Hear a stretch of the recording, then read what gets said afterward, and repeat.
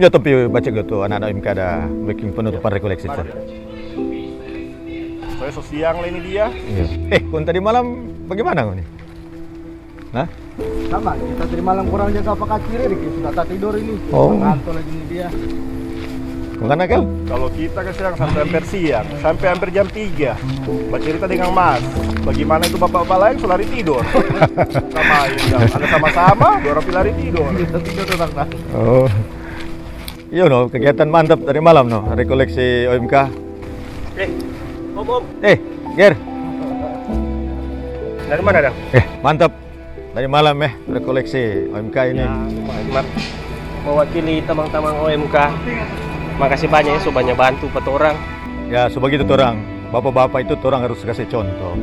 Siapa lagi? Orang generasi ini, orang harus contoh baik. Pada anak-anak, bahwa untuk pelayanan kepada Tuhan harus gimana? Harus orang memberi diri, waktu, semua untuk Tuhan. Itulah orang sebagai tanggung jawab sebagai orang tua terhadap orang anak-anak generasi kemudian hari supaya lebih baik lagi untuk gereja. Cuma kita rasa sih, dorong bapak-bapak ini ikut teladannya orang pelindung paroki Bunda Teresa.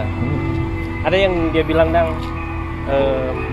ini bukan berapa banyak yang orang kasih, tetapi berapa banyak cinta yang orang berikan dalam pemberian itu.